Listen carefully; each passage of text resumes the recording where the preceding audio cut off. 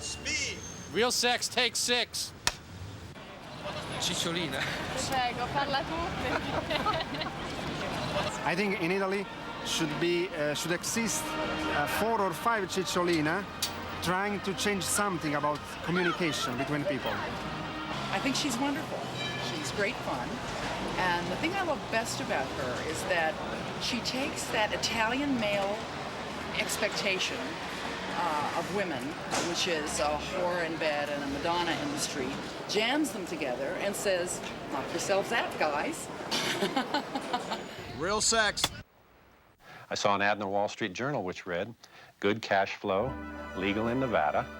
And I looked into it, and it turned out to be the chicken ranch for sale. Took over the operation in February of 1982. What's special about the chicken ranch is the ladies are girl next door types.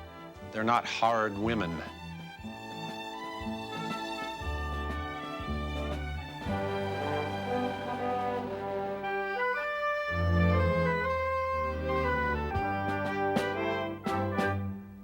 Mr.Madam is what a lot of my friends call me, and the moniker that they've given me.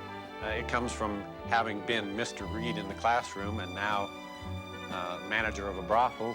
Is it important for you to look beautiful? I try to, yeah. You know, it helps, you know, when you're in the lineup, it lets them see you how they want to see you. If I'm picked out of a lineup, I take the gentleman to my room. And once the door is closed, everything that goes on is private and confidential. A gentleman can come to a brothel, and he can be totally selfish. You know, he doesn't have to be concerned about satisfying his partner's sexual needs. He can be a true hedonist, just be totally sexually selfish, and he knows that the working woman is satisfied with the income that she makes. So how did you know you had it in you to do this? I didn't, of course I didn't. I didn't know what to expect. But what I did was I learned when I first started this that you have to separate your personal from this. Don't let them intertwine. Enjoy yourself, of course, and have a great time, but don't let them intertwine. It's very easy to separate it because I live so far away. The old saying, out of sight, out of mind. When I'm here to concentrate on work. And when I'm home, I forget about work.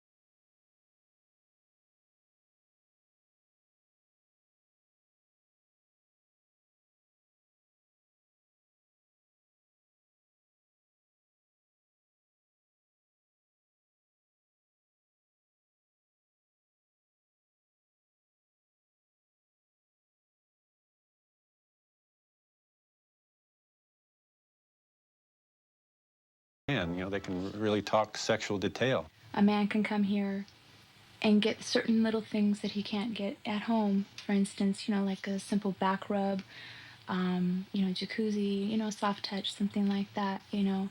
Some women, I'm not saying all, but some women can be a little frigid when a man is married to them for a period of time.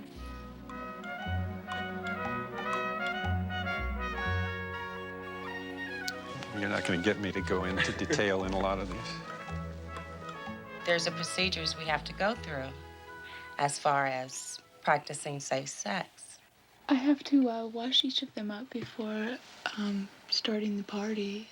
Examine them for various things, crabs, herpes. You can catch something out there you just can't get rid of. I'm checking him, and it's like, all right, cough. And it's like the guy looked at me like, is this woman serious?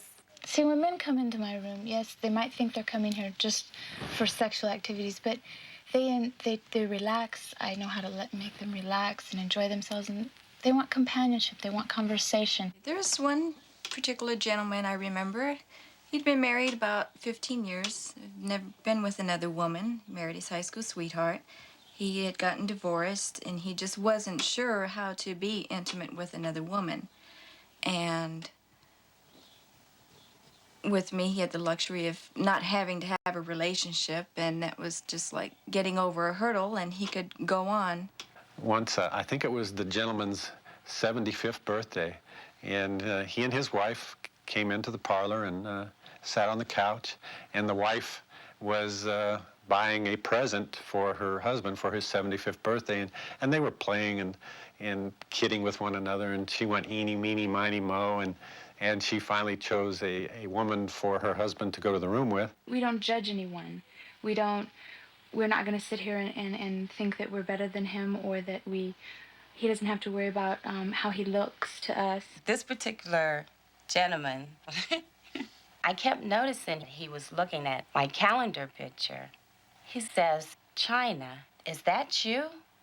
And I looked at him, I said, "Of course it's me." He was so nervous, he said, "I don't know if I can perform the way I want to, but in the long run, it was no problem." I guarantee you, the best closers in the whole world in regard to a sales proposition you'll find right here at the Chicken Ranch. They're very good salespeople.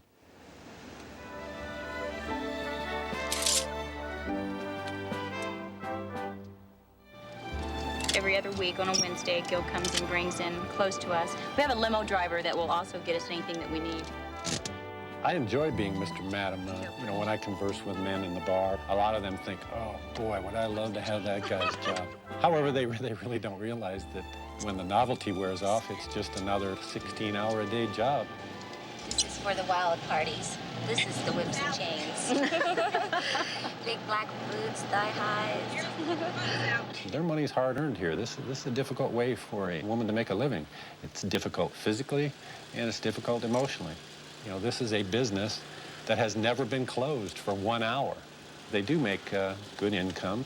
They hopefully will invest it wisely, and I even, as a matter of fact, bring in investment counselors and tax planners and have them conduct seminars for the working women as to how to invest their money. The first thing you want to do is get yourself set up in a pension type of program, a retirement plan. You want to take advantage of that time span where you have that prime earning capacity, where you have tax benefits and incentive to put that money aside for yourself. And that's the best thing to do to get started. A female tycoon. That's my dream. When I was growing up, my parents didn't have a house. We moved around a lot. I always wanted one house where I, was mine and I owned it, and a few children running around, and then put it down to them, Those are my dreams. China was going to run off with some guy, and she was going to go up in the mountains. He asked me. Truthfully, he asked me. He asked you. If you walk in here and there are no customers here and you see the ladies in the kitchen, it's every bit like a sorority. It just happens that when the ladies close the door to their room, they're practicing the business of prostitution. Okay.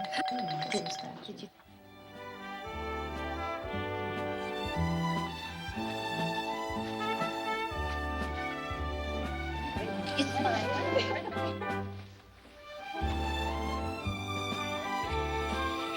Hello, I'm Tabitha. Hi, I'm Delilah. Hello, I'm China.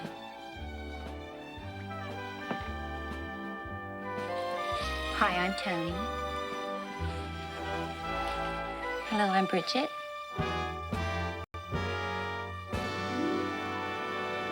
Stand by. We have speed. Real sex, take 8.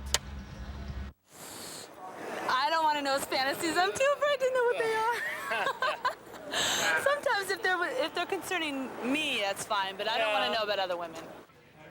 I think that's the thing about fantasy, is you can do anything you want to without worrying about getting arrested. Do you ever do anything kinky? It's really scary.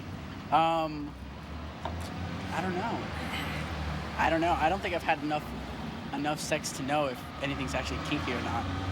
I've tried kinky once. Handcuffs, that's about as kinky as I've ever gotten. I don't know. I'm not really into kinky. I don't think I can say.